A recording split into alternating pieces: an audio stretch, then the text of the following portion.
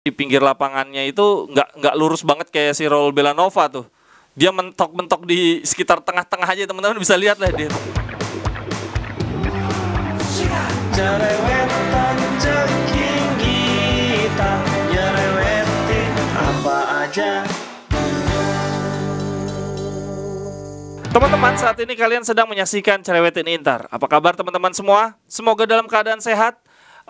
Untuk klasmen Giornata 2 Lomba Cerdas Cermat sudah bisa dilihat. Linknya gue taruh di deskripsi. Untuk teman-teman yang menjawab lebih dari sekali, nilainya gue anggap 0 biar gampang. Kemudian hari ini yang mau gue bahas adalah Dumfries. Dia pemain yang paling diikhlaskan oleh anak-anak Inter. Yaudah dia aja yang dijual. Walaupun kalau gue pribadi agak sayang ya, kita terlalu sering jual pemain bek kanan nih.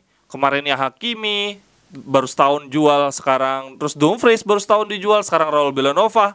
Tidak ada kesinambungan, bisa-bisa bek kanan kita nggak pernah tampil maksimal banget, nggak pernah mengeluarkan permainan terbaiknya, karena setahun itu kan sebetulnya bisa dianggap masa adaptasi. Nah, Dumfries sendiri di tahun pertamanya banyak yang ngeluhin, termasuk gue, yaitu dia nggak bisa back pass.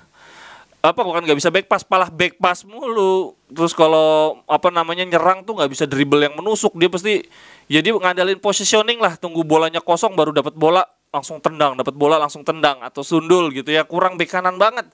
Tapi apapun itu, kelebihan dari Dumfries adalah mentalitasnya. Gue suka banget. Kita butuh pemain dengan mentalitas seperti Vidal, dengan gestur karakter seperti Vidal yang nyemangatin, ngebela temen, terus di pinggir lapangan teriak-teriak, itu kan Vidal banget. Nah, Dumfries seperti itu. Gue ingat waktu momen kita kebobolan lawan Empoli, yang kedua Aslani ngegolin itu, si Skriniar udah bengong, udah mukanya pucat, Gosens juga. Nah, itu si Dumfries yang nyemangatin. Begitu juga Radu. Ketika blunder fatal lawan Bolonya, dia dikejar oleh kameramen yang lindungin Dumfries juga. Nah, Dumfries ini memang dari mentalitas hebat. Dia tuh nggak minderan. Dia terjun di dunia sepak bola di usia 18 tahun. Itu tergolong tua. Kemudian di usia 17 tahun sebetulnya, walaupun dia belum profesional, udah dipanggil oleh tim nasional, tapi tim nasional Aruba, negaranya dari bokapnya, dari ayahnya. Nah, setelah itu baru dia main untuk timnas Belanda. Terus dia sempat diincar oleh pencari bakat dari Feyenoord, tapi gagal karena nggak lolos teknis. Tapi dia nggak patah semangat, dia tulis mimpi-mimpinya di tembok gitu menurut kisahnya ya. Terus dia kerja keras berbuah itu saat dia membela akhirnya tim kasta kedua Belanda, Sparta Rotterdam, dikontrak di tahun 2014. Masih baru banget 2014 teman-teman. Kemudian dia berhasil membawa Sparta Rotterdam promosi ke level tertinggi Liga Belanda. Setelah itu ia dipinang oleh klub lainnya yaitu Heerenveen. Nah, setahun di Heerenveen, dia akhirnya dibeli oleh PSV Eindhoven, dan di 2018-2019 dia tampil melawan Inter di Liga Champion. PSV versus Inter tuh ada dia tuh. Nah, di tahun 2018 itu juga dia debut bersama tim nasional senior Belanda. Di 2019-nya dia didapuk menjadi kapten kesebelasan PSV Eindhoven. Jadi karirnya terlambat tapi relatif cepat juga. Nah, gue pengen nunjukin sesuatu yang menarik. Yuk kita coba bandingin deh sama Hakimi, sama Raul Belanova ya. Denzel Dumfries musim ini tampil 33 kali, 5 gol, 5 assist. Hakimi waktu debut di Inter, dia itu tampil 37 kali, lebih banyak 4 pertandingan di Serie A dengan 7 gol dan 10 assist. Dan Hakimi aja sekarang masih 22 men, berarti 23, berarti waktu di Inter dia usia 21. Wah, banyak banget ya. Hakimi memang berarti levelnya masih di atas Dumfries. Kalau Raul Belanova sekarang usianya 22, berarti lebih muda Hakimi ketika dia ada di Inter. Nah, yang ingin coba gue bandingkan adalah heat map-nya. Coba teman-teman lihat. Gue bandingin, langsung tampilin tiga-tiganya deh. Yang paling kiri Raul Belanova, kemudian tengahnya Dumfries, kanannya Hakimi nih.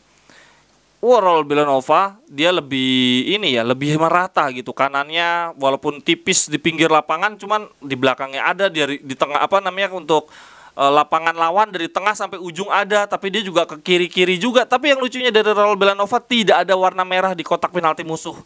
Berarti jangan pernah berharap dia gaya permainannya kayak Dumfries menusuk sampai kotak penalti, nyundul-nyundul di kotak penalti. Itu bukan gaya Raul Belanova ya teman-teman. Denzel Dumfries, wah ini kelihatan banget. Ada titik-titik merah cukup banyak di kotak penalti di sebelah kanan. Tapi kalau di di pinggir lapangannya itu nggak lurus banget kayak si Raul Belanova tuh.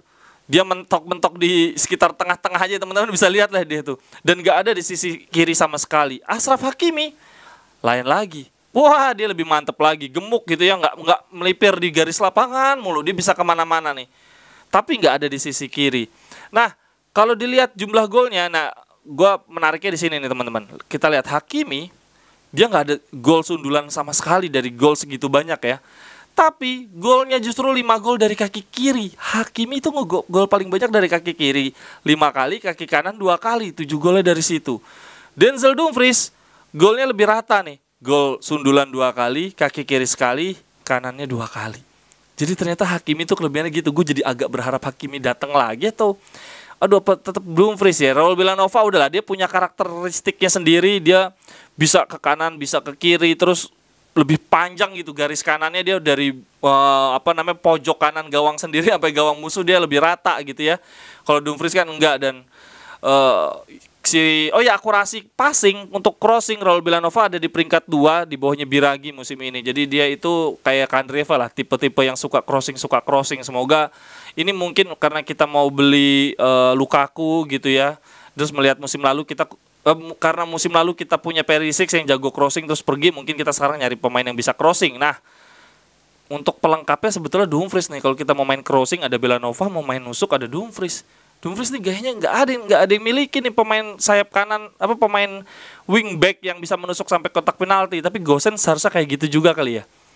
Gue nggak ngerti dari strategi. Jadi gue ingin menunjukkan bahwa ini loh perbedaan dari Raul Villanova, Denzel Dumfries, dan Achraf Hakimi. Kalau teman-teman milih mana nih? Kita bisa juga loh datengin Hakimi, ngomong-ngomong. Kalau Skriniar tuker tambah, PSG ada isu kayak gitu. Kalau teman-teman milih mana nih? Pertahanin Dumfries, asumsi bisa semuanya ya. Pertahanin Dumfries, tuker tambah Hakimi masuk, atau ya udah dua-duanya buang, kita pakai Raul Villanova, cadangannya Darmian, nanti sebelah kiri Gosens sama Cambiaso. Silahkan komennya teman-teman. Sampai ketemu di cerewetan berikutnya. Bye bye, thank you. Cerewetan ceking kita, nyerewetin apa aja.